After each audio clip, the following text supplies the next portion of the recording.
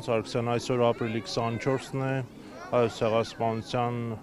110-րդ տարելիցը, որն է ձեզ այսօրվա խորհուրդը եւ Հայոց ցեղասպանության միջազգային ճանաչման ընդհանուր գործընթացը այսօր ինչպես է գնահատում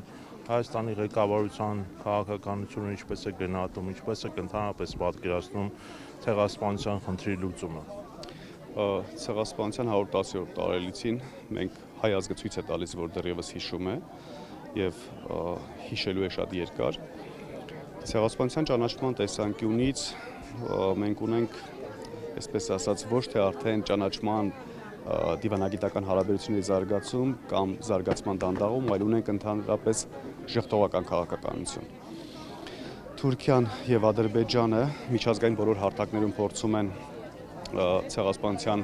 ճանաչման հարցը բոլոր տեսակի օրակարգերից դուրս բերեն, Հայաստանի Հանրապետության ներսում իշխանությունը կատարում է այդ նույն քաղաքականությունը, փորձում է հայ ժողովրդի հիշողության մեջից ջնջել այդ պատմական հիշողությունը, պատմական անցյալը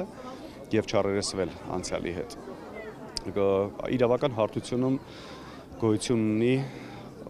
ամենաանկեղծ խոստովանության բացակայության պայմաններում պատժի խստացում։ Միջպետական հարաբերություններում դրանք պետք է տեղի ունենան հետևյալ կերպ։ Պետք է պահանջատիրությունը շատ ավելի հստակեցնել, շատ ավելի ընդլայնել ու շատ հարթակներում ներկայացնել։ Ճանաչման գործընթացը, ցեղասպանության միջազգային ճանաչման գործընթացը, եկեք գնանք պատմական փաստերի գնահատումից սկսենք, հետո տեղափոխենք իրավական հարթություն, այնուհետև ճնշումների գործադրման հարթություն, որը այս իշխանությունը ի վիճակի չի իրականացնելու, հետևաբար Հայաստանի արտաքին քաղաքական օրակարգի առաջնահերթություն հանդիսացող հայոց ցեղասպանության ճանաչումը պետք է մենք դիտարկենք իշխանափոխության պրիզմայի տակ։ Իշխանափոխություն, այնուհետև ճանաչման գործընթացի աշխատանքների վերսկսում։ Եվ առաջնայինս ձեզ Թուրքիայի կողմից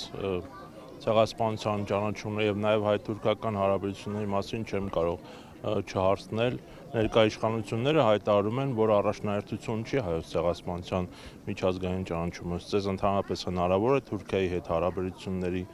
իրական կարգավորում, իրական հաշտություն առանց հայոց ցեղասպանությունը ճանաչելու։ Գիտեք, ցեղասպանության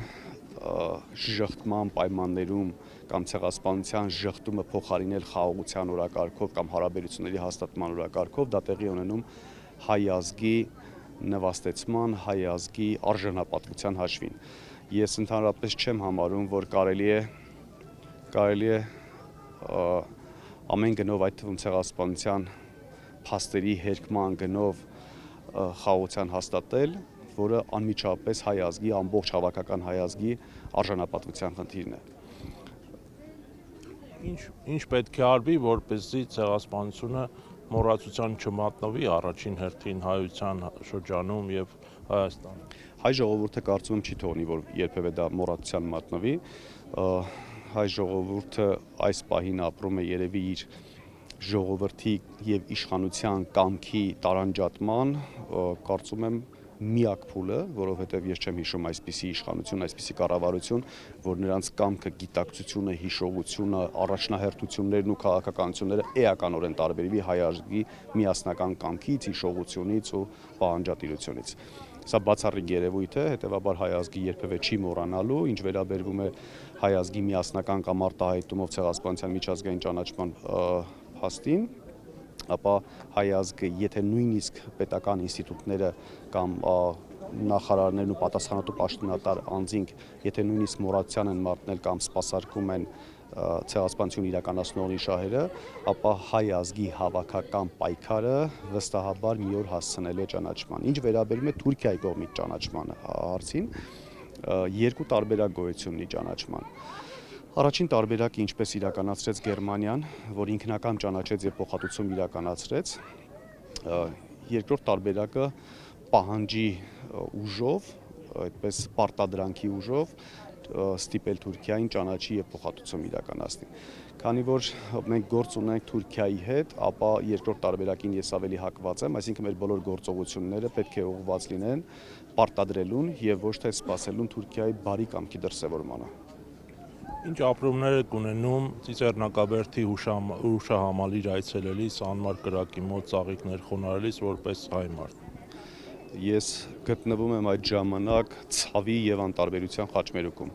Մի կողմից ցավն է, մեր պատմական հիշողությունը, մեր ողբերգությունը, ազգային ողբերգությունը, հաջորդ կողմից պետական անտարբերությունը։ Այսպիսի խաչմերուկում գտնվելը բերում է իր հետ ցավի խորացում, ծնում է ցասում եւ հստակ գործողությունների պլանավորում, որպիսի առաջնային